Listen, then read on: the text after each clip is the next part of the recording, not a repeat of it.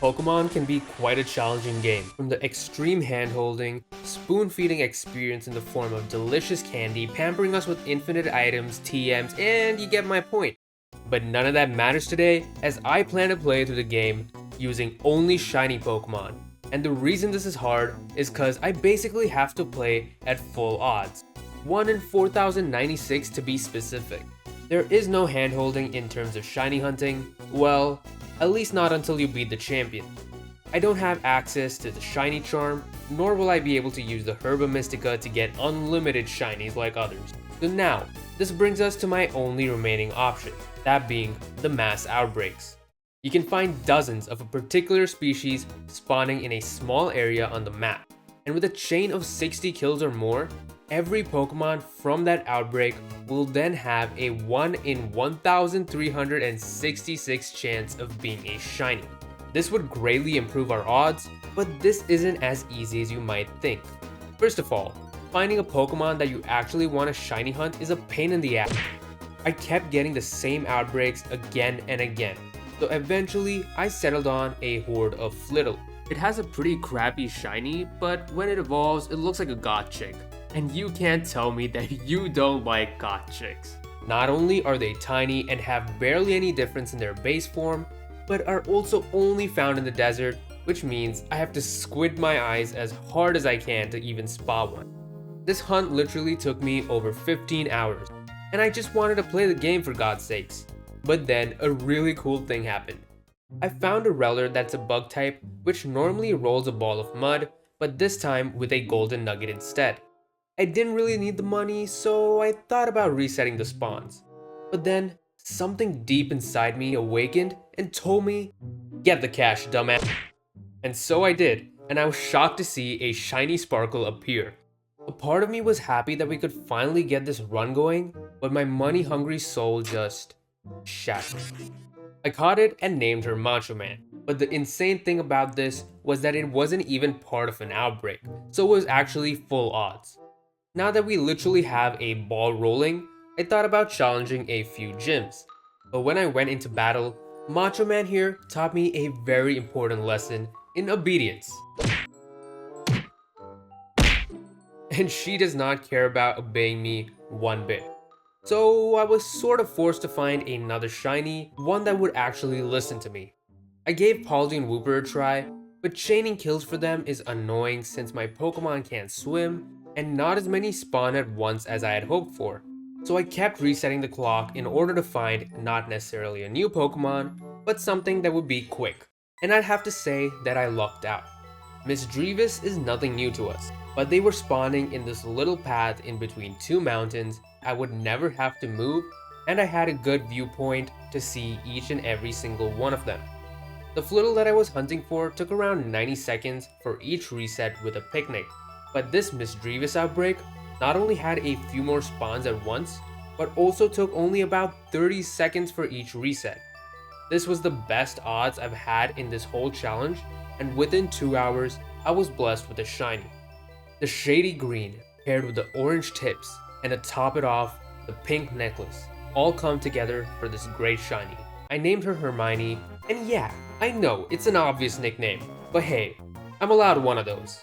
The most important aspect of Misdreavus though, was that it was level 14, which means it would obey us in battle. So that leads me to the first gym. At this point, I was trying to do a Nuzlocke, which meant if my Pokemon dies, it had to be released. Misdreavus got hit with stronger and stronger Fury Cutters every time, so I only had one hope. But that hope wasn't doing any better either. This piece of crap finally used a move, but only when her life depended on it. What a team player. And his name is John C. Anyways, I then beat Titan Cloth and felt a little bit of emptiness in my life, so I hunted for another outbreak, this time being Finalizing. But I was pretty impatient and didn't care about them after a few hours, but I really needed a change of pace, and I was so desperate that I even went as far as hunting for Oinkolo. Eventually, I just went on by playing the game like a normal person, just roaming around, taking in the nature and the beauty of Pokemon in the wild. Oh, I forgot to mention that I did find a shiny Lechonk by just wandering around aimlessly, And this was a full odds encounter, which made me feel like it was a gift from God themselves. After all the pain I went through during that first shiny hunt, ranch sauce was now a chosen one, and it's taken me 23 hours to find myself half a squad, which made me doubt my choices in life. We then beat the grass gym and Titan Bombardier, which meant that Lechonk had earned itself an evolution. Oh, hell no! I was lucky enough to find an outbreak for Toad School. This guy is genuinely one of the best shinies in the game. I got the kill streak in for the boosted odds and buckled myself up for a long journey ahead. But in actuality, it only took me 7 picnic resets before this thing popped up on my screen. This Toad School defines my channel as a whole. And no, not a day. But this is literally SilverLuck. Toad School being a ground type gives us the edge in the electric gym, but not as much edge that Electro King provides. Are you all telling me this ain't the most beautiful thing you've seen all day? I don't want to be rushing into catching too many Pokemon too soon. So the other thing I can do at this very moment is evolve Reller. It needs to roll its ball up for 1,000 steps in order to gain energy. So this ain't gonna be your casual walk in the park. Oh, wait a minute. I guess it is. After a really long time, Macho Man managed to get enough dirt to evolve into Rapska. I do not understand how the Golder turned into Gold Skin, but hey, I'm not complaining. Oinkologne not only carried a little extra from last night, but also the team against Melee's Fire Crew. I love how Extra Sensory's animation is just them glitching the f out. After Misdreavus dealt the final blow, Toad School tried to evolve, but I didn't let it cause this was Hermione's moment to shine. But then I lost to Atticus's Poison Crew. Hey, Toad School? Let's just say that never happened, alright? Give a round of applause for the employee in charge of this shiny right here, cause damn, the black and pink go hard.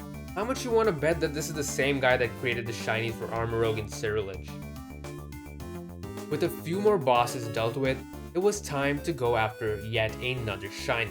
So I went back to shiny hunting Finalizing in a different outbreak location. This is slightly annoying since you have to set up a picnic on land to reset the spawns. So each reset took about 2 minutes. At some point, I just started playing Magikarp Jump, and the carp that I put all my money on just checked out. Eventually, my shiny Finalizing decided to spawn, which is a slightly more purple version of the normal one, but it is still one of the better shinies going around. I beat both the water and normal gyms as well as the Iron Tusk Titan. It was time to get on the hunt yet again. Only this time, I was searching for the perfect outbreak to go for. I literally reset my switch clock for hours, and finally I got something other than all these garbage fish Pokemon. Sorry about that one, Psyduck, you just happened to be in the frame. I found an outbreak of Ampharos, which is cool, but I wasn't too keen on resetting with 7 spawns at a time. Then I found a Ghastly outbreak, which I was doing for about 4 hours, but then I gladly came to the realization that I'm a freaking idiot. Why would I waste so much time shiny hunting for 1. A Pokemon that has one of the worst shiny evolutions possible, 2. Not a new Gen 9 Pokemon, and 3. It requires friends to evolve in the first place, which I have none of. I moved away from that and hit the jackpot, Dragonair. This creature is not only majestic, but has a beautiful shiny form. This spot was also ideal as I didn't have to move an inch. After 2 hours, the shiny popped up as the very first Pokemon of that horde, and I was finally able to capture a shiny spawn on video rather than just showing the after effects of me finding one. Hey, you can't blame me though, I got scarred by the file size of the frickin' first shiny outbreak that I did. Shiny Dragonair is pink, which is still a really good color scheme for it, but I'm starting to get a bit worried with my team being so pink to the point that I kinda wanna release them all. I then traveled to the City of the Ghosts, and behind the gym, I found myself a Dust Stone. And yup, you guessed it, this meant that Misdreavus could finally break its shackles and evolve into a full-fledged Mismagius, dropping those orange tips to get a pukish yellow look to get the premium puke color scheme, which is something alright. but this meant that we could use her ghostly abilities to power through the ghost gym with ease. Dragonair and Finalizing starred in the psychic gym, which with the rain in the background is good enough to be a cinematic masterpiece. The rain reminded me that it was about time that I evolved Finalizing, but then I realized why I hadn't done it so far. Shout out to Tommy here, who was kind enough to get on the Union Circle with me after taking only $100 from my pocket. I'm just joking, he took 300. Well, at least I had a saving grace, since Palafin changes form in battle to become Dolphin Man, a true hero, striking fear in the hearts of evil. It gets a darker color scheme to it with a deeper blue around its chest. It took the hot seat for the next few boss battles, and with that, my team was coming to a standstill. Not much was left to do in terms of these 6 Pokemon, besides evolving Dragonair, so I decided to hunt for another shiny. This time, however, I wanted one in specific, and it quite literally took me over 6 hours just to get an outbreak of Citadel to spawn on the map. These guys are adorable, so why wouldn't I put the time and effort into finding a shiny version? Not just that, but its evolution could genuinely be the best shiny in the game, besides Koraidon of course. Once again, the hunt was on. Each reset took me about a minute, but for whatever reason, my luck has either been horrendous or amazing, as it popped up within 20 resets. Shiny Citadel gains a gray skin tone with a bit of orange, and even though it's a kid for the moment, it will grow up to be Joe Mama, bitch. But now came the important question: who was I gonna boot out for Citadel? Well, considering I had a lot of pink, Finalizing is eliminated, and so was Dragonair because it hasn't even reached its full potential yet, which meant it was between Toadstool, Oinkologne, and Macho Man. Toadstool is just too good of a shiny, so it's eliminated. Technically, Oinkologne has been the more useful one in battle so far, but I decided to give Macho Man the benefit of the doubt since it was the first shiny I ever caught in this run. Goodbye, Ranch Sauce. You served us well. It was also time for Clarista Coffee the Dragonair to evolve, leaving behind that gorgeous pink for a green that nobody would have thought in a million years. At least it gave us the edge against the final boss in the game, which meant I was only left with the Pokemon League. But before taking it on, we still had one task to accomplish. The tiny toddler graduated and became a full-fledged mama, which is not just one of the coolest Pokemon in the game, but is also a behemoth in its shiny form. This was the final team, designed to lead us to glory. I don't know what else to say that isn't boring content of endless battle after battle, move after move. Hey, that fin looks cool. It's just that I've never seen it before considering I'm always staring at its chest. Champion Geeta was the final hurdle. Miss Magius killed her Espatra and Veluza. Macho Man beat the Avalugg. Dragonite one-shot poor Go-Go, who got a mere 1 second of screen time since 2013, while Palafin not only shut down King Gambit, but also terrestrialized as the leader of the pack to showcase their strength and bond in one final hit to beat Geeta and obtain the champion title. So this brings me to the end of the video. Make sure to leave a like and subscribe if you enjoyed this style of content, spread the word, share the video, and as always, I'll see you all next time.